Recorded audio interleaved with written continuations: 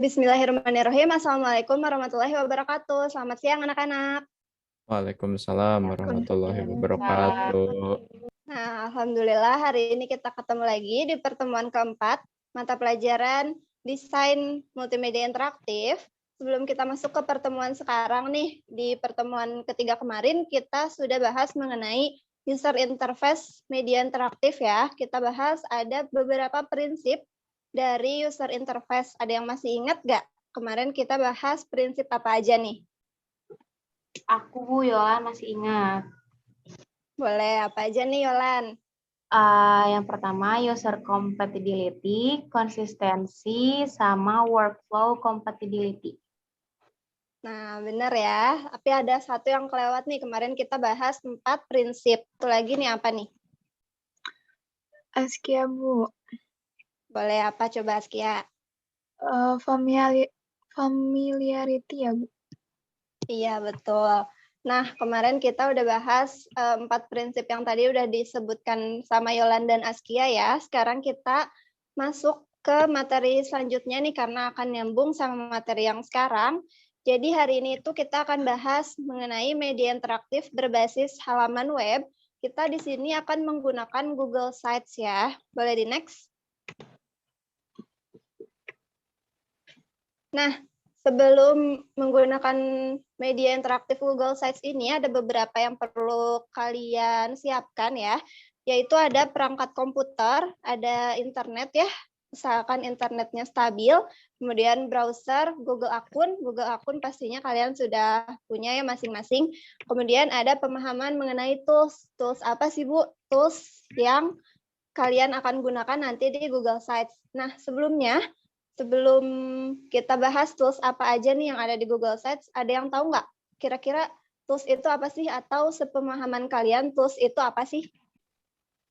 Kalau sepemahaman aku, kalau tools itu alat yang punya fungsi khusus. Ya, betul ya kata Yolan. Tools itu alat yang punya fungsi khusus. Benar, kita bahas di slide selanjutnya. Nah, tools itu, benar kata Yolan tadi, adalah alat. Alat apa? Alat yang punya fungsi khusus atau punya karakter khusus yang mereka ini masing-masing bisa digunakan untuk mengelola suatu aplikasi gitu. Boleh di next? Di sini ketika kita akan menggunakan Google Sites, nih ada tampilan awal Google Sites yang akan kita temui sebelum kita mulai untuk mengaplikasikan Google Sites ini. Ada yang bisa sebutin nggak kira-kira di halaman pertama kita masuk Google Sites itu ada komponen apa aja sih? Boleh nih Askia, gimana? Kalau nggak salah itu sebelah kiri atas itu ada judul dokumen, terus yang bagian tengah ada judul halamannya, terus yang di sebelah kiri ada bar, Bu, yang untuk ngedit-ngedit gitu. Iya, betul. Terima kasih Askia.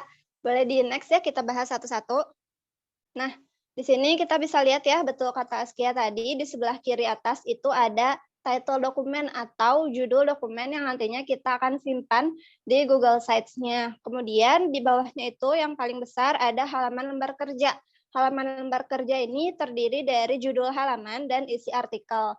Nah, sebelah kanan itu, kata Askia tadi ada bar, benar ya. Jadi di sebelah kanan itu, kanan paling atas ada control bar, di bawahnya itu ada tab bar, di bawahnya lagi ada object bar, kemudian ada layout, dan ada toolbar. Nah, di komponen-komponen ini kita bisa bahas satu-satu tools apa aja sih yang bisa kita gunakan di Google Sites. Boleh di next? Sebelum Ibu jelasin, di user interface pertemuan kemarin nih kita ada bahas familiarity, prinsip familiarity atau familiar ya. Kita bahas beberapa simbol familiar yang biasanya digunakan di user interface.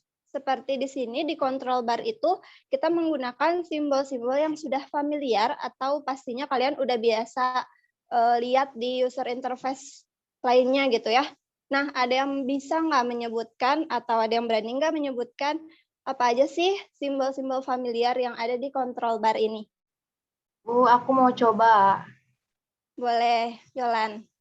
Oke, jadi nomor 1 itu Ando, terus nomor 2 itu Ridu, nomor 3 itu Preview, Terus untuk nomor 4 itu share, nomor 5 setting, sama nomor 6 itu publish. Iya, terima kasih Yolan. Kita kasih aplaus dulu ya buat Yolan yang sudah berani menyebutkan simbol-simbolnya. Kita bahas satu-satu ya, boleh di next. Nah, betul kata Yolan tadi, di sini ada nomor 1 itu simbol Ando. Di familiarity kemarin kita bahas juga ya contoh simbol familiarity, yaitu ada Ando. Ando ini digunakan untuk mengembalikan aksi yang dilakukan sebelumnya. Nah, kebalikan dari Ando, di sini ada simbol Ridho di nomor 2. Simbol Ridho ini digunakan untuk mengulangi langkah yang sebelumnya kita sudah batalkan di Ando. Kemudian di nomor 3 ini ada preview. Kata Yolan tadi benar, preview ini adalah kita bisa melihat hasil sebelum website ini kita publish. Kemudian di nomor 4 itu ada share. Share ini kita bisa membagikan hak akses. Misalnya Yolan membuat Google Sites, kemudian dibagikan atau share aksesnya ini ke Askia. Berarti nanti Askia bisa sama-sama menggunakan Google Sites-nya gitu ya, bisa melihat yang sudah Yolan kerjakan dan bisa menambahkan collab gitu bareng. Nah, yang nomor 5 ini ada setting. Setting ini adalah pengaturan halaman yang nantinya kita buat di Google Sites. Dan yang terakhir itu ada publish. Publish ini untuk memposting halaman web yang kita buat, jadi pengguna lain itu bisa mengakses halaman yang sudah kita buat gitu ya. Boleh di next. Nah, di bawahnya control bar itu ada object bar. Object bar ini ada 4 ya. Kalian bisa menggunakan tools-tools ini untuk melengkapi halaman website kalian gitu. Yang pertama ini ada text box atau menambahkan teks. Yang kedua ini kita bisa menambahkan gambar dari device kita. Kemudian yang ketiga ini ada embed atau menambahkan plugin ya, bisa berupa video, audio, dan sebagainya. Lalu yang terakhir ini ada drive, jadi kita bisa menambahkan file dari Google Drive kita gitu. Nah, boleh di next.